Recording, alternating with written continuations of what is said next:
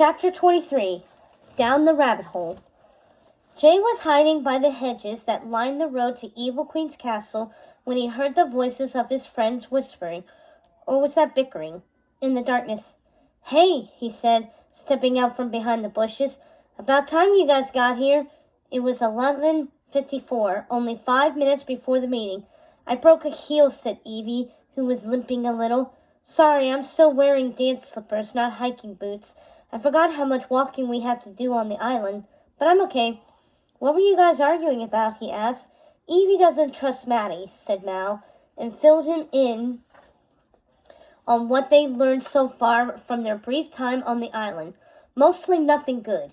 Evil Queen, Cruella de Vil, and Jafar were still nowhere to be found. "Mad Maddie? I wouldn't trust her either. She's pretty shady," said Jay.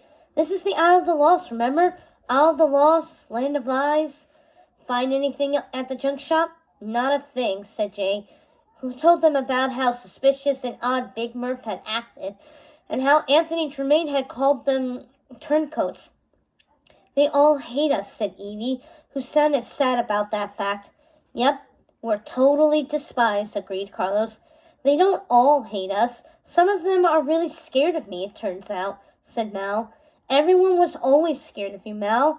That hasn't changed. Come on," argued Carlos.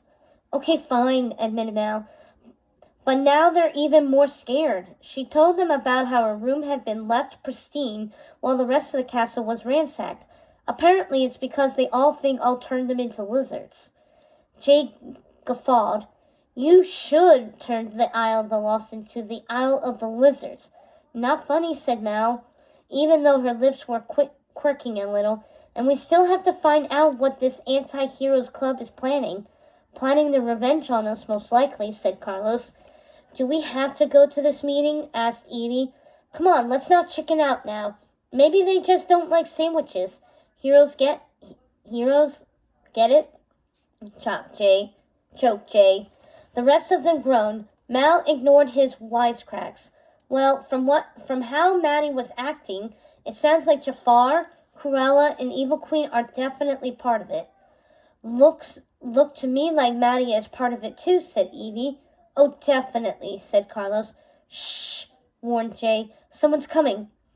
The four of them melted back into the shadows, peeking out from the hedges to watch as a succession of shadowy figures made their way toward the cellar door. "Recognize anybody?" whispered Evie. "No," said Jay, who had the sharpest eyesight. "It's too far and too dark to see."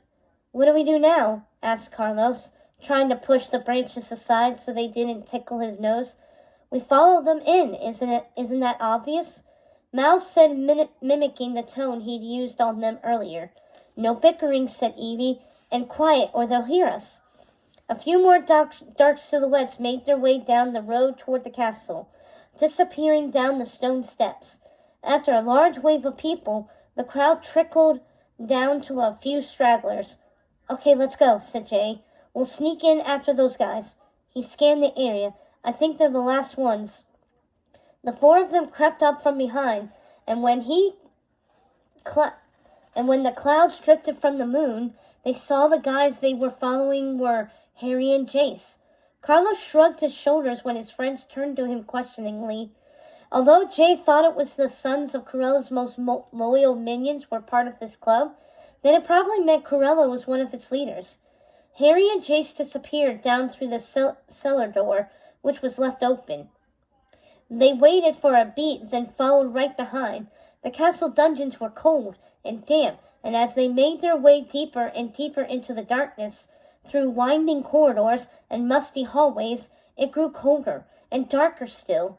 Jay was in the lead, and when he suddenly stopped short, the rest of the club piled behind him, stumbling and pushing into each other. "Oof! Ouch! Watch it!" "Where'd they go?" Carlos whispered. "Why'd you stop?" "I think they heard us," Jay whispered back. "Everyone, be quiet." He strained to hear and squinted in the pitch-black gloom.